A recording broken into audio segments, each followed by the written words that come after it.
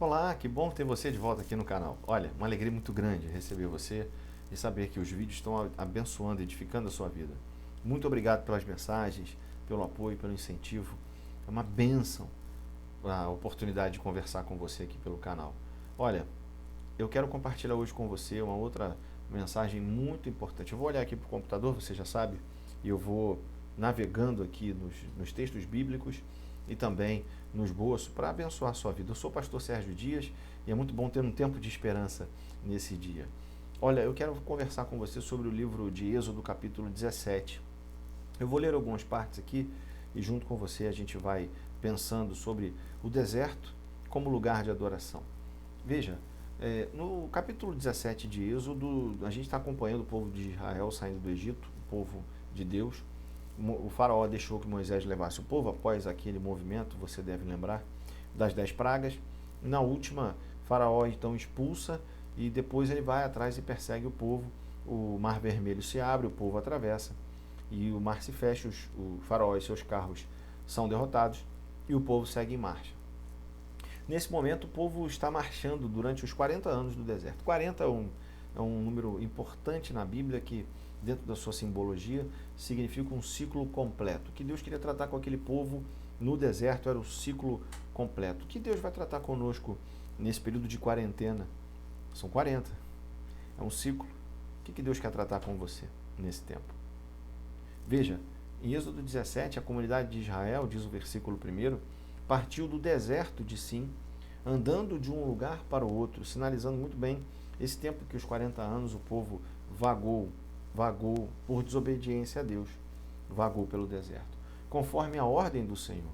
Acamparam em Refidim, mas lá não havia água para beber. Eu vou descrevendo aqui o restante do texto e você deve se lembrar que é aquele momento em que o povo não tinha água para beber e reclama com Moisés.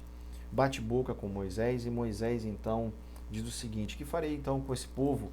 Versículo de número 4.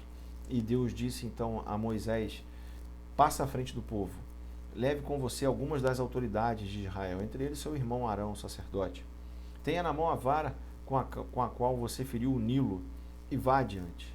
Eu estarei à sua espera no alto da rocha que está em Horebe. Você baterá na rocha e dela sairá água para o povo beber. O povo estava morrendo de sede, não é fácil andar no deserto. Não tem sido fácil para nós passarmos esse tempo isolado, passar esse tempo sozinhos, sem as nossas atividades. Tem sido um deserto para alguns. Talvez para você tenha sido um deserto, esteja sendo um deserto. Talvez você veja esse vídeo depois desse período e a gente está rindo de todas essas coisas. Mas você pode estar passando por um deserto na sua vida, por um outro tipo de deserto. Não necessariamente uma quarentena, mas um deserto emocional, um deserto espiritual, um deserto onde as suas ideias já não fazem mais sentido e tudo na vida está perdendo o rumo. Você está rodando e não sai do lugar.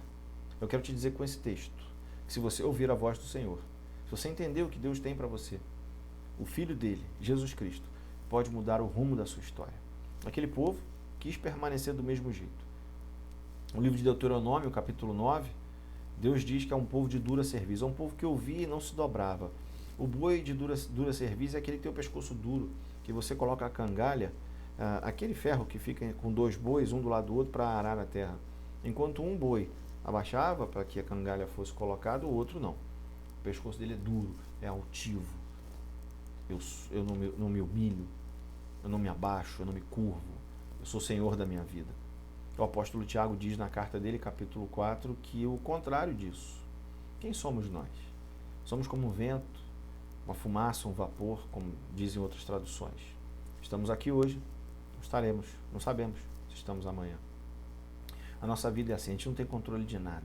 Mas o povo de Israel achava que tinha. Estava vagando 40 anos. E demorou 40 anos para entender o que Deus queria. Eu espero que você não entenda. Não demore para entender, 40 anos. Vamos voltar para o texto. Então, Moisés obedece a Deus. Passa à frente do povo, leva o sacerdote, bate com o cajado na água. E na pedra e a água sai, o povo sacia a sua sede. Logo depois eles entram em guerra. E é interessante como Deus faz certas coisas. Lendo a Bíblia, por essa perspectiva, você pode perceber que depois de um momento difícil, num momento difícil vem a bênção. Em alguns momentos muito bons, vem a aprovação. Lembra que Jesus tinha acabado de ser batizado? Ele tinha acabado de receber o Espírito, Deus mostrou: esse é o meu filho amado em quem me comprazo. E imediatamente após o batismo, ele vai para o deserto, onde por 40 dias ele é tentado por Satanás. Esse é o momento em que a gente faz a reflexão. São 40 dias de provação. E esse povo estava nessa vibe de 40 dias de perseguição. E aí, os amalequitas foram até eles e lutaram contra os israelitas. Se não fosse a intercessão de Moisés a Deus, aquele povo perderia. A Bíblia diz no versículo 12 desse capítulo 17, depois você pode conferir, o 11, perdão, e o 12, enquanto Moisés mantinha as mãos erguidas, os israelitas venciam. Quando, porém, ele abaixava, os amalequitas venciam. Quando as mãos de Moisés já estavam cansadas, eles pegaram uma pedra e colocaram debaixo dele, para que nela ele se assentasse. Então Moisés senta. Arão e Ur, os sacerdotes, mantinham erguidas as mãos de Moisés, um de cada lado, de modo que as mãos permaneceram firmes até o pôr do sol. E Josué, o grande guerreiro daquela época, ele derrotou o exército amalequita. E o que aconteceu? Depois do Senhor foi visitar Moisés e disse: escreva isso num rolo, como memorial, e declare a Josué que farei com que os amalequitas sejam esquecidos para sempre debaixo do céu. E Moisés construiu ali, em Refidim, um altar, dizendo: o Senhor é a minha bandeira. O deserto, meu irmão, é um lugar de adoração. O deserto, você pode estar passando um período de tempo difícil, 40 dias, 40 horas, 40 meses, 40 anos. Eu não sei qual é o seu deserto. O do povo de Israel foram 40 anos. Mas a sua vida podem ser 40 dias, 40 horas, eu não sei. Eu sei que Deus vai fazer a mesma coisa que fez ali, porque Ele continua sendo o mesmo ontem, hoje e será eternamente. Deus não mudou. Quem muda somos nós. Qual é a nossa postura no deserto? O deserto da nossa vida pode ser um lugar de adoração, para a gente levantar altares. Ou pode ser o nosso cemitério, o cemitério da nossa fé. O cemitério onde a gente vai deixar ali tudo aquilo que nós cremos. É um povo de dura cerviz que está andando no deserto, ou é um povo que vai obedecer ao Senhor? Eu tenho um outro vídeo aí que você pode conferir, uma análise de 2 Crônicas, capítulo 7, onde você tem 5 atitudes humanas para receber as 3 bênçãos que Deus promete no texto. E todas elas são reconhecimentos humanos da nossa arrogância, da nossa prepotência. Em vários momentos no deserto a gente briga com Deus. Pô, vai me deixar morrer, vai me deixar passar por isso, pô, você não está vendo. O povo foi rebelde. Quantas vezes a gente não é rebelde? Nós não aceitamos o nosso deserto. O deserto, a travessia do deserto é um tempo de crescimento, é um tempo de maturidade, é um ciclo que a vida nos traz de vez em quando. Não é um momento para a gente se revoltar contra Deus, é um tempo da gente entender que na travessia inteira, como ele diz no Salmo 23, eu estarei com você. O Senhor é meu pastor e nada me faltará. No deserto nada faltou para esse povo. Todos os dias, quando eles sentiam calor, a nuvem vinha e cobria-os. E eles sentiam então o refrigério. À noite, quando havia o frio, eles seriam congelados num refrigerador, não mais o refrigério, uma coluna de fogo os aquecia. De manhã, quando a fome batia, Deus enviava um maná diário e dizia: não guardem. E alguns guardaram e o maná apodrecia. A comida não servia. A comida era para o dia, para aquele momento, porque Deus sustenta a minha vida e a sua vida todos os dias. Não deixa faltar nada. No deserto, você pode ter certeza que por mais que o solo seja árido, por mais que seja difícil, o que vai fazer a diferença na sua vida é o tipo de semente que você está plantando. Que semente você está plantando no seu deserto? A semente da desobediência, da arrogância, da falta de humildade, da frieza espiritual?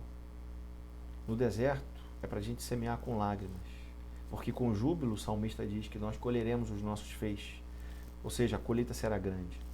No deserto é um lugar de adoração, porque a gente sabe o tamanho do nosso Deus. Moisés sabia quem Deus era, e ele confiou. Quando Deus falou: vai lá e bate na pedra, vai sair água, Moisés foi.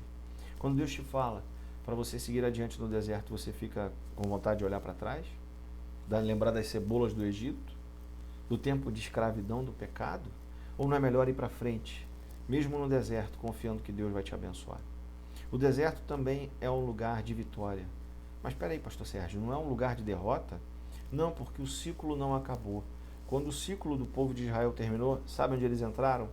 O livro de Josué diz que eles entraram na terra que Deus prometeu. A terra que mana leite e mel, que tem sustento todos os dias. Querido, o deserto não é um lugar de derrota. O deserto não é o seu lugar. É um tempo de passagem. Mas o deserto é um lugar de adoração. Adore a Deus. Adore a Deus na dificuldade. Adore a Deus quando você lançar as sementes. Faça desse lugar um memorial, um altar para você lembrar de onde você veio. Faça do deserto um lugar onde você vai adorar ao Senhor e vai glorificar o seu nome. Não encare o deserto como uma derrota. Não encare o deserto como um lugar para morar. O deserto é só um lugar de passagem, onde Deus quer, nesse ciclo, trabalhar a sua vida. Então, submeta-se, humilhe-se, ore a Deus, fale com Ele, seja dependente, tenha um relacionamento com o Senhor, intimidade, oração. E Deus vai ouvir dos céus, vai te conduzir pelo deserto. E lá mesmo você vai adorá-lo, até Ele te levar na terra prometida. Tá bom? Deus abençoe você. Até o próximo vídeo.